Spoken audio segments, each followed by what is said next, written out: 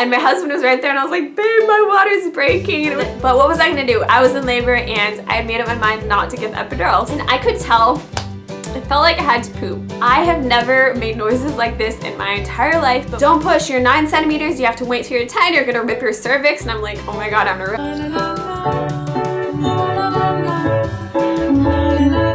Hey guys, welcome back to my channel. Today's video is super exciting because I'm sharing the birth story of my second daughter. This was my second birth experience and my second baby girl. My first daughter was born at a birth center, so it was a natural, unmedicated childbirth. And this birth was at a hospital and I managed to do it natural again. But I have to tell you that this birth was a lot different than my first daughter's. It was so much more challenging. I know the first time wasn't easy. I know it was extremely difficult, but this time the contractions were just so much more intense the whole way through. But I'm so excited to share with you, so if you're interested, keep on watching. If you missed my video where I show you my daughter, I'll link that down below. I also have a couple other birth related videos coming up. I'm going to be talking about the 5 things that helped me the most during this labor to manage the pain, because again, I said it was so much more intense. So I'm going to tell you in that video the things that made the biggest difference and I feel like were my saving grace and allowed me to do it naturally. And I'm also going to be sharing kind of a fun video about the best parts of giving birth, just to focus on some of the more positive things about giving birth. So if you want to see those videos, or if you're interested in motivational kind of mom focused videos, I'd love to have you subscribe to my channel so you can stick around and see what else I come out with. But without further ado, let's dive into the birth story of Haven Juliet.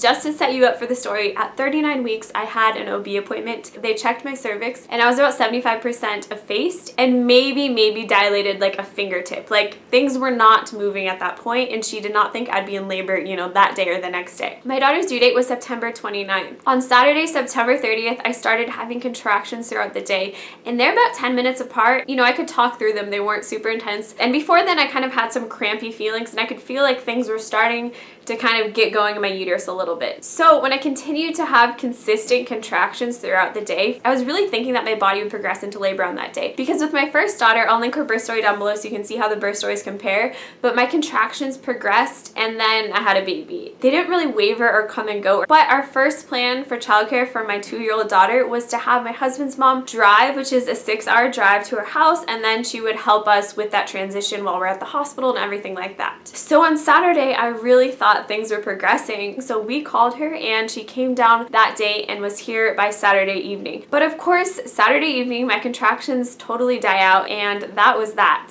On Sunday, there was very little activity in my uterus. Not much was happening. I was kind of feeling the pressure though because my mother-in-law had come down and she only had so much time to stay with us. So I was just hoping it wouldn't be like another week and then she would just have to rush on out of there right after I had the baby. Obviously, I can't make myself go into labor, but I was hoping that I'd go into labor soon so that she wouldn't just be waiting around for me to go into labor for so long. So Sunday was very uneventful. I was kind of sick in the evening. I just felt kind of achy and I could tell again that things were kind of starting to stir up in my body. Monday started off and it was not very eventful in terms of contractions, but my mind at this point was pretty focused on having a baby. So I did all the things that I could think of to do to help encourage my body to progress into labor. Since my mother-in-law was in town and was able to take my daughter and spend time with her, my husband and I were able to spend some close time together to encourage labor to start. Throughout the day, I also had some big bowls of pineapple, which there's something in pineapple that can help encourage labor. You would have to eat like a ton of pineapple, but pineapple sounded good anyway, so I had no problem eating lots of pineapple. I was also drinking my red raspberry leaf tea, which I'd been drinking throughout the pregnancy. I'm still nursing my 2-year-old, so before her nap, I nursed her down, and that did bring on contractions. Nipple stimulation is known to bring on contractions, but most people aren't nursing when they're 40 weeks pregnant, so they generally opt to stimulate their nipples manually because that can help release oxytocin and encourage labor to start. But since my daughter was nursing, I just had her nurse, which obviously counts as nipple stimulation, and my contractions actually started up and they were 3 minutes apart. They were really strong, and then they pretty much gradually stopped when I was done nursing her for that nap. Then we went on an evening walk. I was kind of having a contraction here and there at this point. They were not by any means regular or anything like that, and that was maybe about sundown time, so that was about 7 o'clock. That was my second walk for the day. I was walking earlier too because walking can definitely help. Later that evening, I took a warm bath, and then my daughter's bedtime was coming up, and I am nursing her for bedtime too, and I just had this feeling that something might start up again, considering that I had nursed her early and my contractions were so consistent. So I was kind of bracing myself knowing what might happen. But it is 9 o'clock, so I go lay down with my daughter in bed. We co-sleep with her and I nurse her to sleep. This night I just stayed in there a little bit longer, and after she started nursing for a few minutes, the contractions started to pick up. And they were 3 minutes apart again, so they're very close together. But again, I didn't know if they'd stay that way or if they would just completely go away like before. So at about 9:30, I'm done nursing her, she's asleep, and the contractions are still going. So after about 20 minutes of those contractions, and they were starting to get pretty uncomfortable. It's not like they were excruciating, but they were definitely contractions that were uncomfortable. So at that point, I have a doula who's in town.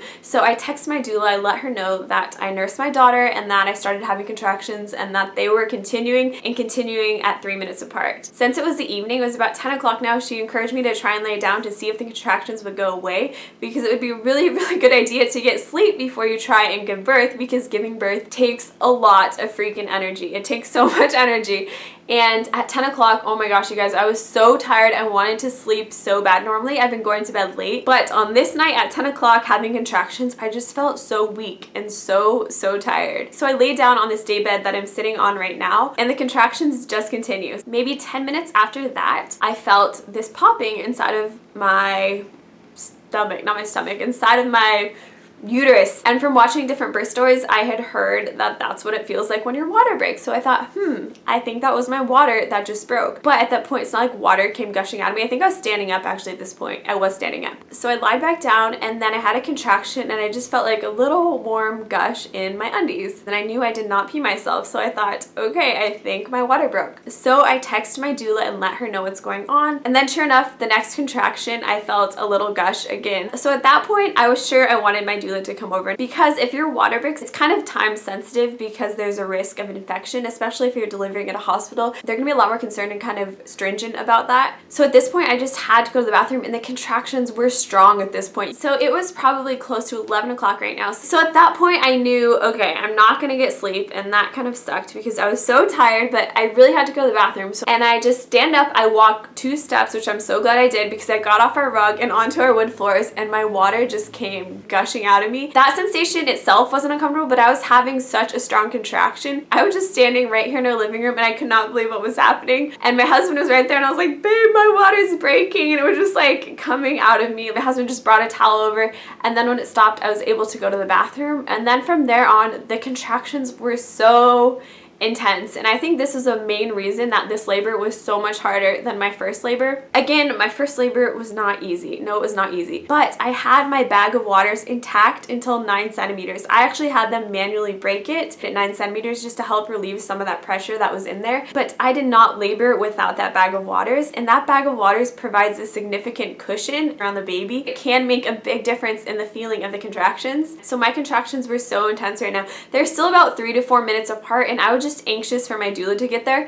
It's funny because we had discussed my birth plan with my doula, and our plan was to labor at home as long as possible, but this time around, as soon as my water broke and those contractions were 3 minutes apart and so intense, I was thinking, oh my gosh, these contractions are so intense, the baby's probably gonna be here soon. That's what I was thinking, because they were so strong and so close together.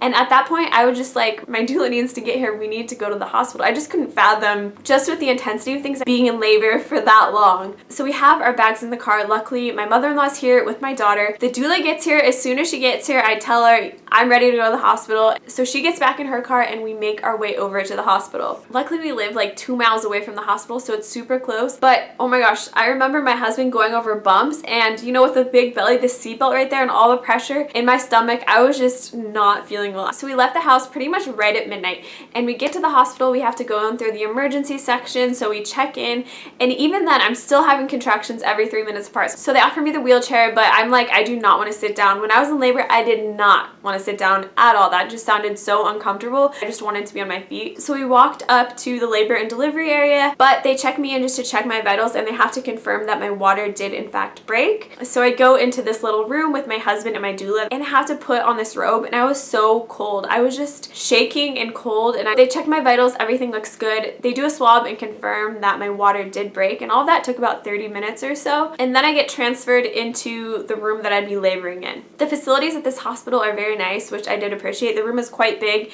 and had plenty of room for me to walk around in. I would say it's probably about 1 o'clock that I was in the kind of labor and delivery room, and the contractions were just so intense at this point. So I just felt like, gosh, this is really happening right now. I was just already ready for it to be over. And I know that sounds kind of dramatic, but it was just intense. And I tried a few different things to manage the pain of the contractions. And the main thing that worked for me was kind of just walking around the room. And then when a contraction would come, I would lean over maybe on the wall or lean over on the bed. We just raised the hospital bed up so I could lean over on it, and that helped. I just had to be on my feet.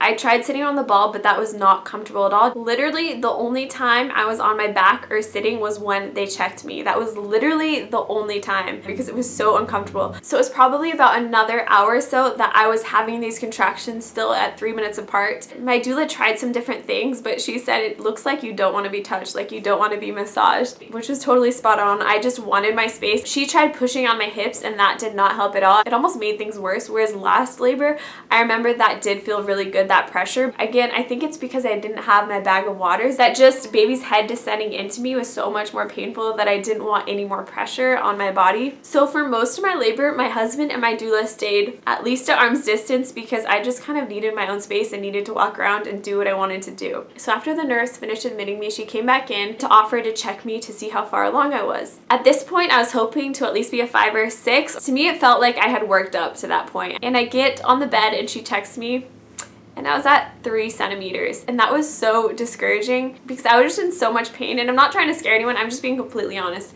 But the contractions were so intense. I was like, a 3, there's no way I'm gonna make it to a 10. That just seemed so far away from me. But what was I gonna do? I was in labor and I made up my mind not to get the epidural. So I just did my best to not think too hard about that and just focus on making it through the next contraction. Then, since I was group B strep positive, which sucked, thank you guys for praying for me, but unfortunately I still had it the second time I got tested. So they had to put an IV in me and give me antibiotics. So they hooked me up to the IV, and then as that was going into my body, I was managing my contractions just by leaning over on the hospital bed, which helped to support me and kind of take some of the pressure off my legs, because at this point my legs were so tired. Maybe it was around 2 a.m. or something like that, but my legs were just so tired. I was just physically exhausted and sleepy.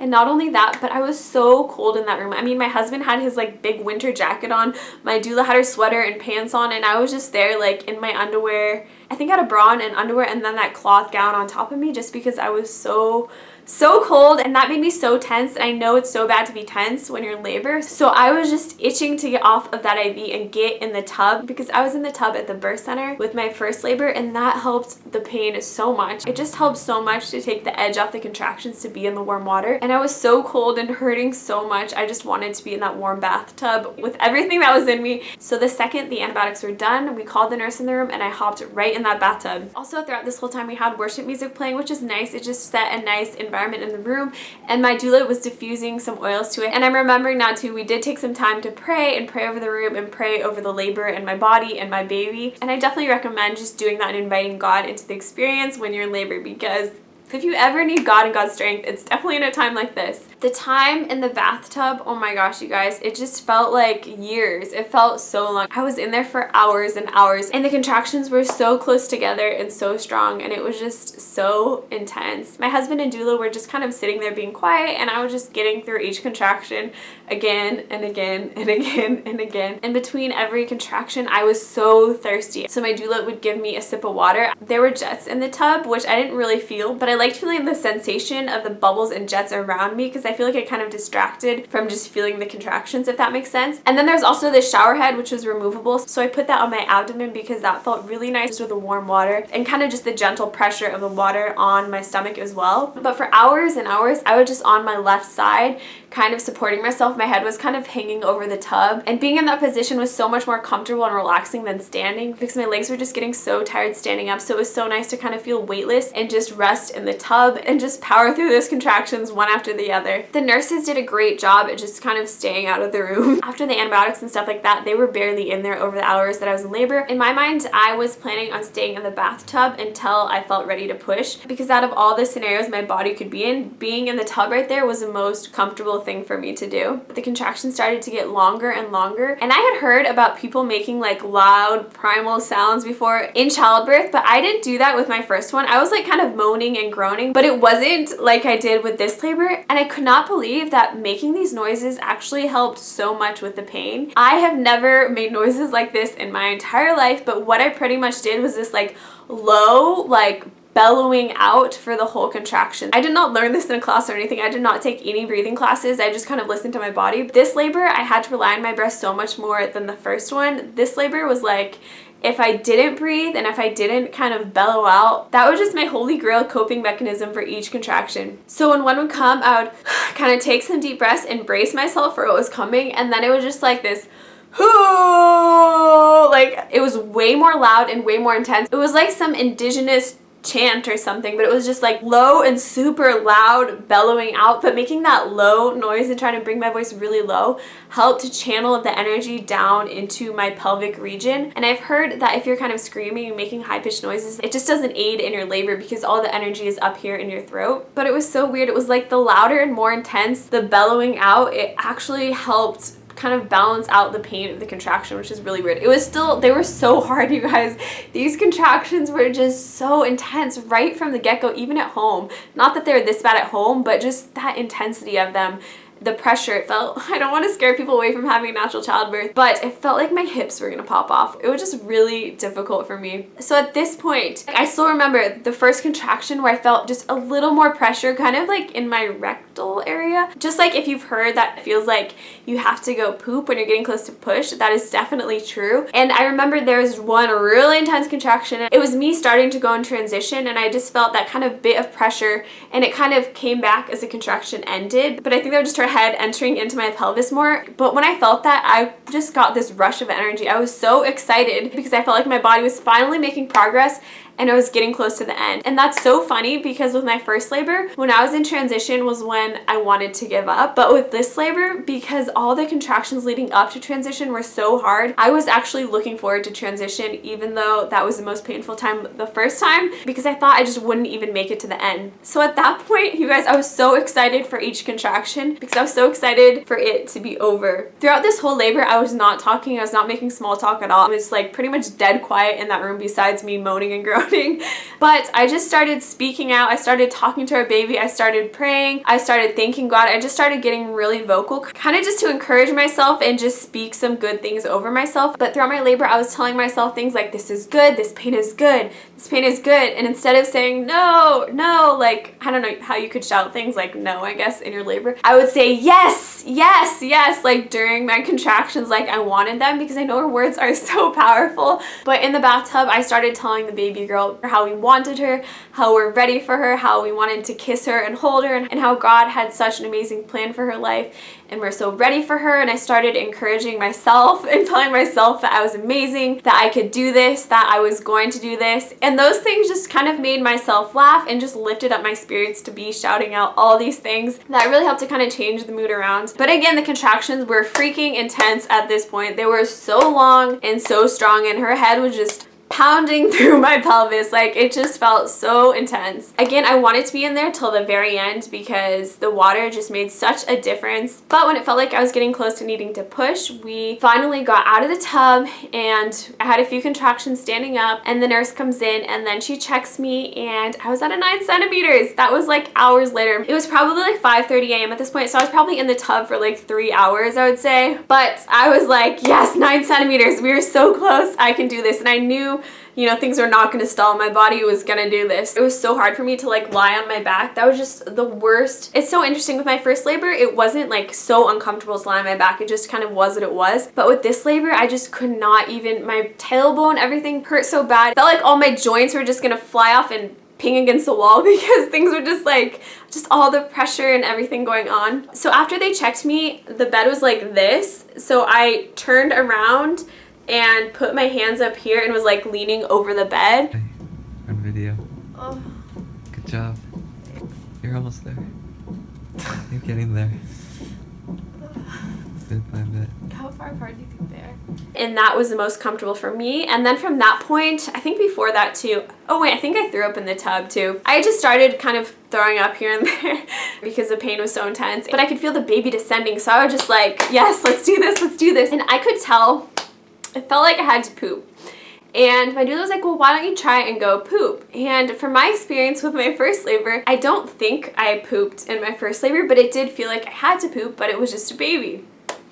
maybe you know where this is going. But I was like, no, and I was on the bed and I did not care. I mean, I was throwing up. I honestly did not care if I pooped at all. So I was leaning over the bed, I was having contractions, and I think at that point the nurses were starting to kind of get things ready in preparation to deliver the baby. So I could feel her descend lower and lower into my pelvis with each contraction. And then I started saying, I'm gonna have to push soon, and they're like, no, don't push, don't push. I kind of sensed that I had to push, but I was probably gonna poop, and it was right. Just on the bed right there, pooped on the bed. And honestly, at that point, that felt so good just to get something out of me. Like, it just felt so, like, if a poop ever could feel better. No, I don't think a poop could feel better than when you're in labor and you're just like, want everything out of you now. You know what I mean? So I'm like throwing up still at that point. And then after I pooped, I just knew, okay, the head is coming, the head is coming. And then I told the nurses, I'm gonna have to push soon. And I could kind of feel her head like coming a little bit with each contraction, but I wasn't really pushing. And they're like, no, don't push, don't push. You're 9 centimeters. You have to wait till you're 10. You're gonna rip your cervix. And I'm like, oh my God, I'm gonna rip my cervix. And she was like, we have to check you and make sure you're at a 10 before you push. And I was on all fours and I was not gonna get on my back. I mean, I was in pure survival mode right there. They were not gonna like make me open my legs and see how far dilated I was. That was just not gonna happen. And I was getting so close to pushing even though they didn't want me to push.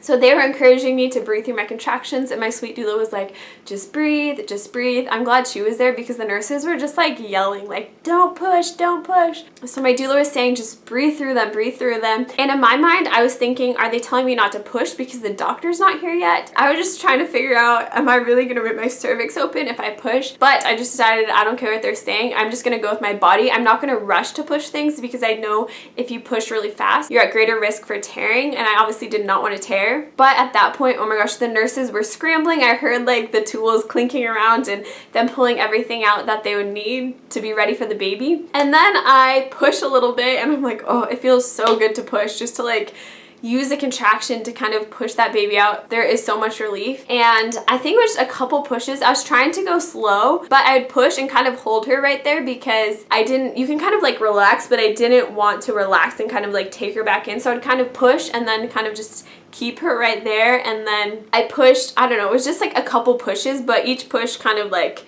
it wasn't like, oh, and she's not coming. Like she was gonna come, and I just kind of held her there and then pushed more when I was ready. Oh my gosh, you guys, it felt so good to push. And yeah, when they saw the head, they were just freaking out, like, oh, she's giving birth and the doctor's not here. But I pushed her out. This time it did hurt more to push her out than the first time. I just felt kind of the ring of fire a little bit more. It wasn't that bad. The contractions were 1,000 times worse than pushing. And then when I felt her little body come out, I was just like, oh, thank the Lord, she's out, she's out, she's out. I did it. I was so thrilled, you guys. I was just like, I did it, I did it.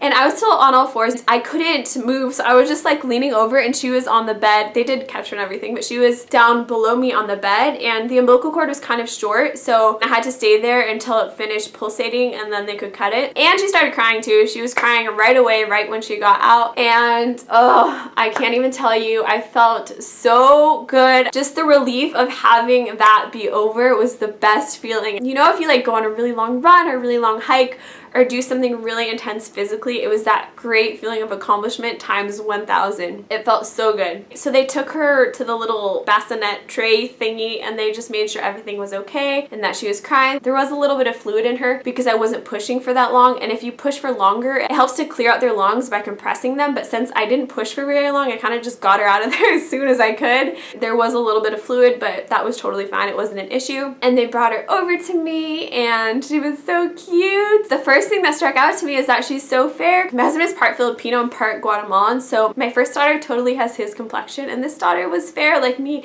and I had a feeling that this one would be lighter. So that was kind of the first thing that struck me. And of course, we were so glad to have her here, and everything was good and healthy. And then right after I gave birth, the doctor came in. So she was there to help me with the afterbirth or delivering the placenta. That took a little bit of time. They were gonna give me Pitocin for it to kind of help me get it out, but I had Pitocin at the birth center, and I hated having that after a natural labor with no pain medication. It is not fun to be given something that's gonna give you artificial contractions. So I declined receiving the Pitocin, and I was like, I'm gonna push the sucker out. I don't need help, thanks. And then I got that thing out really fast because I did not want any of those drugs in my body. So then the doctor examined me down there just to see what happened, and I actually had super minimal damage. I could not believe it. And this recovery in terms of down there has been amazing. It has not even hurt. Like, I literally haven't even been sore down there. It's so crazy. I think it's because I was in the water for like over 3 hours though. But I had just a minor first-degree tear and then just a little abrasion, they said, by my urethra. Seriously, the next day in the hospital, my throat and my cheeks were more sore from making noise than I was sore down there. I could not believe it. So praise God for that. After that labor and all of that, I was just so glad to not have damage down there. But my daughter, she was 18.5 inches and she was exactly 7 pounds and perfectly cute and healthy. But that is the birth story. If you have any questions, leave them down below. Maybe I'll do a little birth Q&A for you guys or something like that if you're interested in that.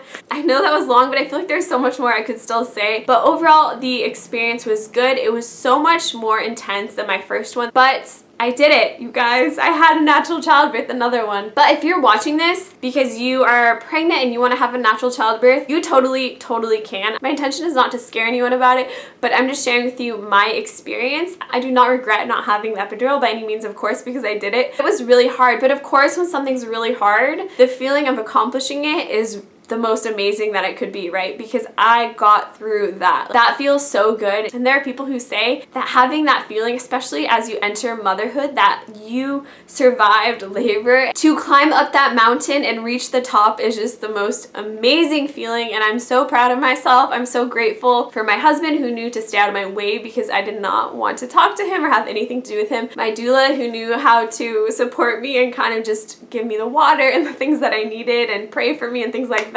I'm just grateful to God for a healthy baby and a healthy delivery experience. If you want to see a postpartum update where I talk about myself and how I've been doing and just that transition maybe to having 2 kids, I'd love to make a video on that for you guys as well, so let me know. But yeah, that is my birth story and we're so grateful to have Haven in our family. Thank you so much to those of you who've been praying for me throughout my pregnancy and for this birth. I just always appreciate your warm comments and wishes and prayers, so thank you guys. But I love you and I hope you have a beautiful day, and if you're pregnant, I hope you have a beautiful birth and it goes just the way you want it, or at least pretty close, and I'll see you in my next video. Bye!